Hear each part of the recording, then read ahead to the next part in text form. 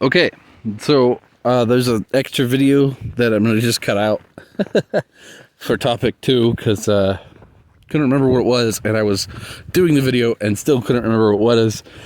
So there's a little bit of a distance skip from where I was when I ended topic 1 and where I'm starting topic 2. I had to go back to my intro video and watch it skipping around to remember what topic 2 was. And I could probably spend 20 minutes talking about my programming assignment. That's why topic 3, instead of trying to remember what it is, I'm just going to do my programming assignment from where I left off, part 2. But topic 2, now that I remember, is Dungeons and Dragons, right? And I mentioned in my intro video that I'm promoting YouTube using YouTube. And I'm not promoting YouTube itself. I'm promoting my YouTube channel using my YouTube channel. I said YouTube a ton in those sentences. You're not supposed to do that when you're writing, by the way. Repeating the same word gets boring when you're reading it. And the repetition makes it sound like you're rambling and don't know what you're talking about. So in writing, that's bad. And it's probably bad talking too, but whatever. We all know why I was repeating the word YouTube a ton. Okay. Dungeons and Dragons. My Dark World campaign, which Dark World does have an actual name that the locals call it. It's called Nul Somarna. And funny enough, in this other D&D related game, it's not pure D&D, because what it is we're role-playing.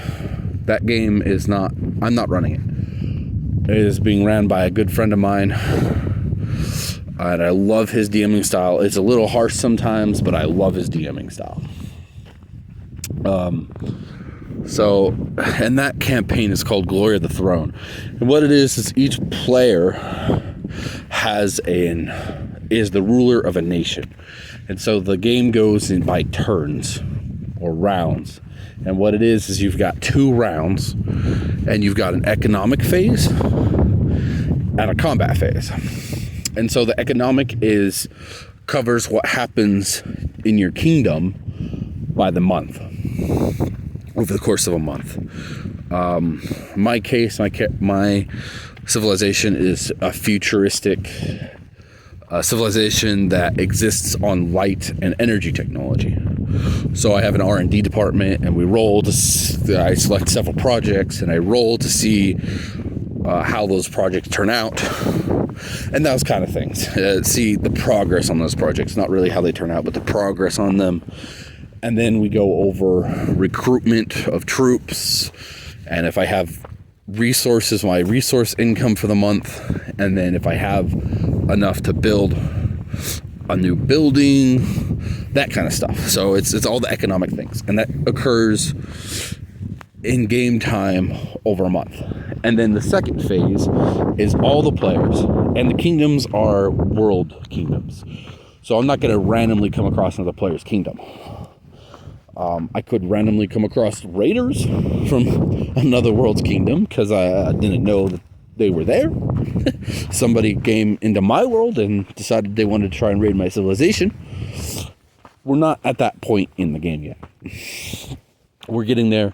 The mechanics the mechanics are being influenced by Warhammer 40k, which is a D100 system, percentile dice.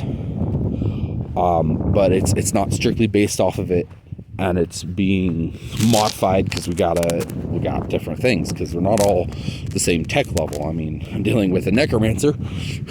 One of the players is a necromancer, Theocracy, if I remember correctly. And we have a ancient Chinese warrior of the dragon empire, and then the leader's been experimented on and become half dragon. And then we have a race that's humanoid dragons that were in decline because it's an interesting concept. And then I have a Warhammer 40k opponent too, and that is ridiculous. That guy, he's ridiculous. And basically each of us, the DM created a opposition. He created another player, character, civilization that we all kind of interact with, and he's basically a drow dictatorship with everybody who's not him is a slave. And they all have different levels of slavery. I don't know much about specifics about other nations. The most I know is details about their armies, what they filled. And so that is the thing. And my nation's name, I'll tie it back to my Dark World campaign, is Nul Somarna. And I was like, good. I just realized recently when I came back to this Dark World that I created a long time ago, that the name of the world and the name of my civilization are the same. And Nul Somarna is Japanese. If I remember correctly, it is the future, is what that translates to. So, like I said, my civilization is a futuristic, energy-based civilization.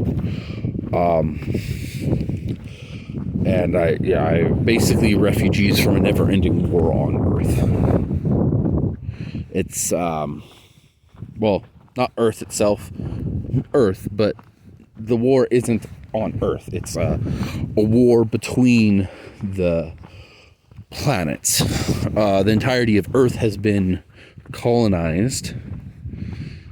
The entirety of the solar system, so Earth's solar system, has been colonized. Every planet is colonized, and the thing is that the civilization, you have different governments on each planet, and basically a dictatorship arises from one planet, and it'll rule over another planet for a while and then gets overthrown, and then another dictatorship rises from one of the other planets. So they're in like a constant state of war. So we're a bunch of scientists and other civilians who were like, yeah, no.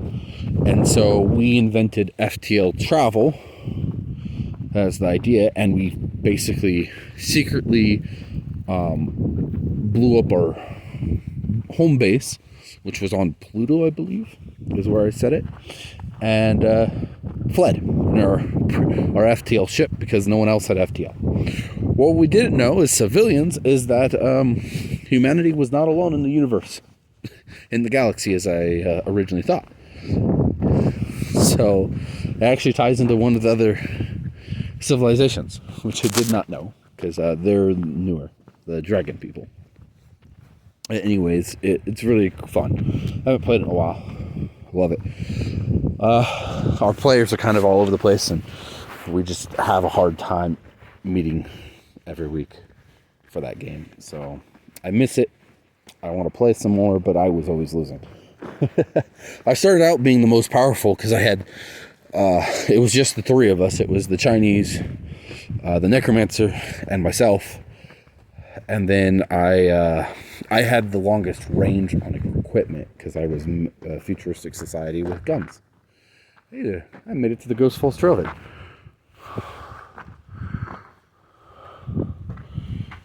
Where there should be a indicator. That's where I started. Peak view. What? Here? No. Here. I went all the way around here. I'm guessing there's supposed to be water somewhere down there. And here. Ghost Falls Trail. We're going to go down. Ghost Falls Trail. There's a little bit of parking lot. But, of course, I think it's the time of year. There's just no vehicles allowed here. Oh, I hear some people. Okay.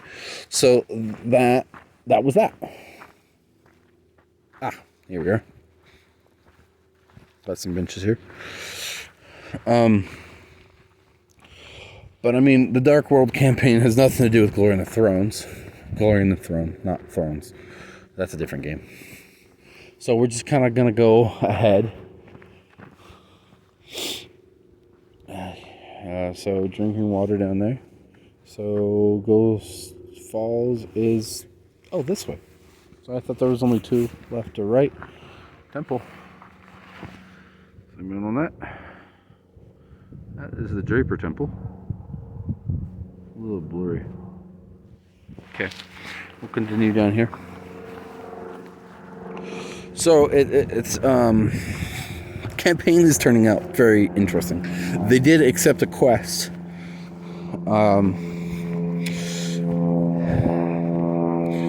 to find somebody who is officially reported in a military matter as as killed in action. Though the sister of that elf, it's an elf, believes him to be missing in action instead, and is wanting the players to find them. So they're about a week into the quest, game time wise, and they're not. It takes them 3 weeks. They hired a carriage. They bought they basically rented a carriage. It's going to take them 3 weeks to get into the area where the guy went missing. So they're going to go look for him. So they either got to bring proof that he's dead to the sister, or bring him back so that he can be found. And that'll complete their quest. So I haven't yet decided whether or not they're going to find him alive or not. That'll be decided later. I also have a personal mechanic I'm about to add into the system that I've kind of got the basic idea for it down, but I haven't that's not what I wanted. I haven't actually worked it out and written it down yet, or in this case typed it out, because I am going to be using Roll20 to kind of record the game, and I'm going to be increasingly using that because I'm going to try and include it so that they have access to some of these resources that I'm going to create when we're not actually at the game. It'll help them out, and recording is helping them out too. I noticed that I had a player who was taking a lot of notes, and they were my favorite player for a while, because I buy these notebooks for my players every campaign, or when they get a full notebook, and no one uses them. So it's like, you're my favorite player because you're actually taking notes. It's good. That also forces me to use my notes a little bit better. Actually keep track of things. So, but now that we're recording, well, they're not taking notes as much, but now we have a recording, and so they reviewed a recording. They reviewed the first session when we got the second session. So when I was at second session, I was like, okay, who wants to do recap? And no one took notes. And they were like, hey, I watched the first session. And it's like, yes! And they also watched my intro video. There is an intro to the campaign video that kind of talks a little bit about the world and where I think I want to take the campaign. Talks a little bit about the locations in the world as well, but I don't think because I did this in my room and had the map to the screen, but it was dark in the room, and I don't think the map actually came out very well. But that's that. Okay. Well, we're going to stop here, because I can continue talking forever about this topic, just like the previous topic. But I'm going to end the video, because we're getting close to 15 minutes. And the video lengths are supposed to be closer to 5. So, Decker out. I hope you enjoyed the video. I'm going to do another one. Next topic, we're going back to my programming / final project part 2 this week. I hope you're enjoying the video. I hope you're enjoying the scenery. I'm enjoying the scenery myself, except for not my left hand. My right hand, for some reason, is really cold.